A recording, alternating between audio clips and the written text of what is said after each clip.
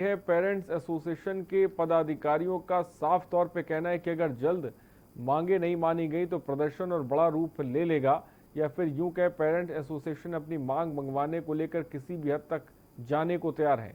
Association का कहना है कि अब उनके पास आखिरी रास्ता चक्का जाम बचा है। के जिला मुख्यालय के बाहर पर मौजूद हैं।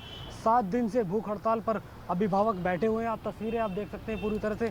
आज 7वां दिन अभिभावकों को हो गया, लेकिन अपनी मांगों को लेकर भूख हड़ताल पर बैठे हुए हैं। अनिल जी हमारे साथ इनसे पूरी जानकारी लेंगे। कल गाजियाबाद के डीएम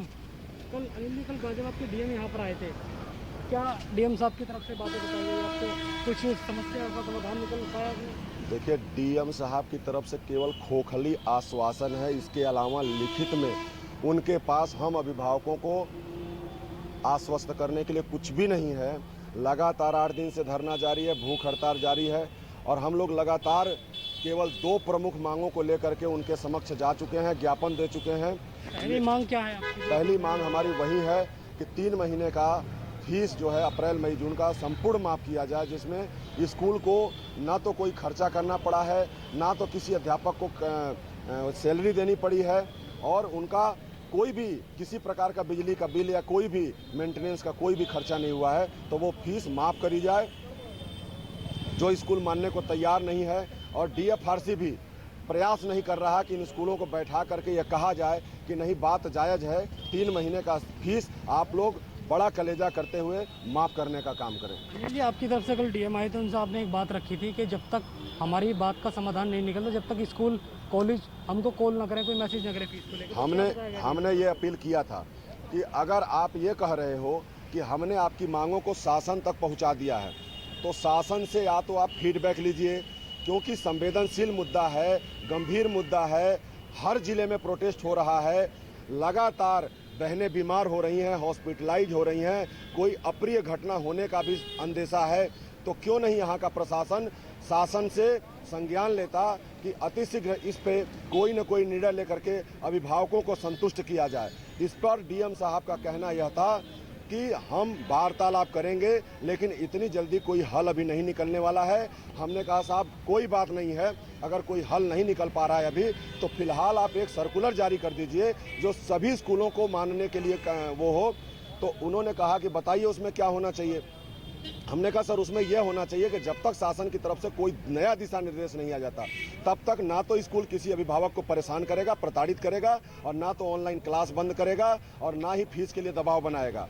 तो उन्होंने कहा ऐसा सर्कुलर मैं नहीं निकाल सकता, आप लोगों को जो करना है वो कर रही है। कल आपकी तरफ से थाली बजाओ का भी जी, जब डीएम साहब हम लोगों की मांग को ठुकरा करके यहाँ से चले गए, तो डीएम साहब को बिल्कुल खुले चेतावनी देने के लिए हम लोगों ने और उनको जगाने के लिए मोदी जी के तर्ज पे हमने थाली बजाओ, कैंडल जलाओ अभियान चलाया, जिसमें हजारों अभिभावकों ने और कई संगठनों ने पार्टिसिपेट किया। और डीएम कार्यालय पे हम लोग यहाँ से पैदल मार्च करते हुए, सोशल डिस्टेंसिंग का पालन करते हुए और मास्क लगा करके पूरा पालन करते हुए, कोविड-19 का फॉलो करते हुए हम लोग वहाँ गए हैं। और वहाँ पर जा करके प्रशासनिक अधिकारियों के सामने हमने खुली चेतावनी दी है कि कल का समय आपका है, अगर आप लोग कोई सलूशन निकाल करके हम लोगों से मिलते हैं तो ठीक है, वरना परसों ये अभिभावक अब गांधीवादी रूप खत्म करके भगत सिंह का रूप अपनाएंगे और सड़क पर उतरेंगे और टोटल चक्का जाम करेंगे। अगर ऐसा होता है तो उसका जिम्मेदारी टोटल प्रशासन का होगा और आपका होगा डीएम साहब।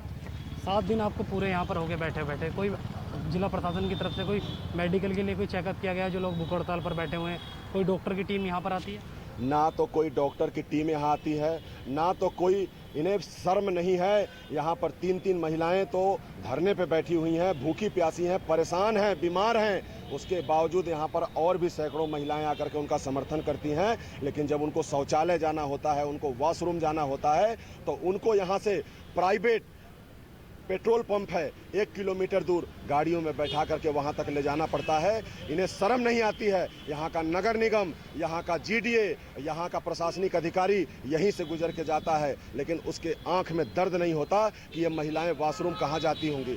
लगातार हम लोग इस बात को उठाते रहे, लेकिन कोई भी सुविधा नहीं दी गई। एक आप दिखा सकते हैं, ये टैंक खड़ा हुआ है, 2 तारीख से हम लोग धरने पे बैठे हैं, आज 8 तारीख 9 तारीख हो गया, वो टैंक ऐसे का ऐसे खड़ा है, इसमें मच्छर गिर गया है, चूहा है, गंदगी है, पानी को बदला तक नहीं गया है। इस तरह का रवैया हम अभिभावकों के साथ अपनाया जा रहा है। यह प्रशासनिक अधिकारी हमें कीड़े मकोड़े से ज़्यादा महत्व नहीं दे रहे हैं, क्योंकि अब हमें नहीं लगता कि इनके कान पे जू रेंगने वाला है। अब सड़क पर उतरना पड़ेगा। अब अभिभावकों को भी जो है कि यहाँ पर समस्त गाजियाबाद के सड़कों को जाम करना पड़ेगा। तो ये थे हमारे साथ अनिल जी, इन्होंने बताया कि लगातार ये अपनी मांगों को लेकर बैठे हुए हैं। जिला प्रशासन से अपील कर रहे हैं कि हमारी मांगों को सुन लिया जाए, लेकिन जिला प्रशासन इनकी मांगों को देखकर अनदेखा कर रहा है, जिसको लेकर अब इनका जो अगला कदम है कि अगर इनकी मांगें पूरी नहीं की तो ये कल पूरा चक्का जाम करेंगे। सोनू खान, के न्यूज़ इंडिया, गाजियाबाद।